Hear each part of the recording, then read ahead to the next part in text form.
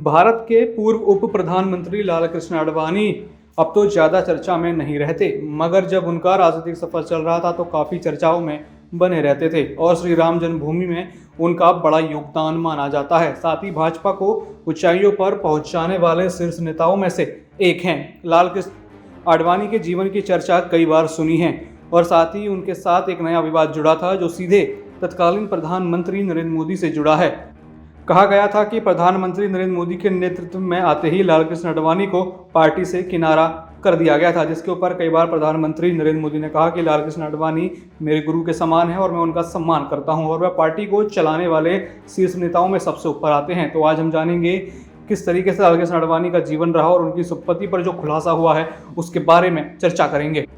लालकृष्ण आडवाणी एक भारतीय राजनेता हैं जिन्हें अटल बिहारी वाजपेयी के बाद भाजपा के वरिष्ठ नेता के रूप में माना जाता है। लालकृष्ण आडवाणी का जन्म पाकिस्तान के कराची के एक सिंधी परिवार में हुआ था। उनके पिता केडी आडवाणी और माता ज्ञानी आडवाणी ने भारत और पाकिस्तान विभाजन के बाद भारत आ गए थे। वर्ष 1942 में आडवाणी आरएसएस के सदस्य बने। महात्मा गांधी के बाद वे दूसरे जननायक हैं जिन्होंने हिंदू आंदोलन का नेतृत्व किया और पहली बार बीजेपी की सरकार बनाई।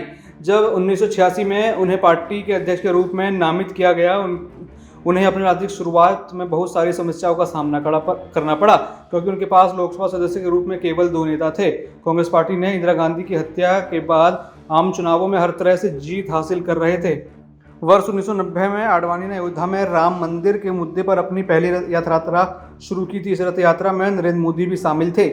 इसे राम रथ यात्रा का नाम दिया गया। हालांकि 23 अक्टूबर 1990 को बिहार के समस्तीपुर में तत्कालीन मुख्यमंत्री लालू प्रसाद यादव के आदेश पर उन्हें गिरफ्तार कर लिया गया था। इस यात्रा के बाद आडवाणी का राजनीतिक सफर और बड़ा हो गया। तो बात करें तो लालकृष्ण आडवाणी की संपत्ति की, तो रिपोर्ट्स के मुताबिक 2009 के आम चुनाव से आडवाणी और उनके परिवार की संपत्ति दोगुनी हो गई है। आडवाणी ने 2009 में अपनी संपत्ति 3.5 करोड़ घोषित की थी। आडवाणी ने बताया कि गुड़गांव में उनके 2 और गांधीनगर में 1 मकान है। मौजूदा बाजार कीमत के मुताबिक इन मकानों का मूल्य 5.57 करोड़ रुपए है। इस साल 2009 में इन मकानों की कीमत 2.35 करोड़ आकी गई थी। बात करें तो आडवाणी के बैंक खाते में कुल 97,23,000 रुपये हैं, जबकि उनकी पत्नी के बैंक अकाउंट में 67,13,000 रुपये जमा हैं। गांधीनगर से 5 बार सांसद चुने गए आडवाणी और उनकी पत्नी कमला आडवाणी के पास 40 लाख रुपए के आभूषण हैं। आडवाणी के पास 25,000 रुपये की नकदी, जबकि उनके पत्नी के पास 15,000 रुपये नगद हैं।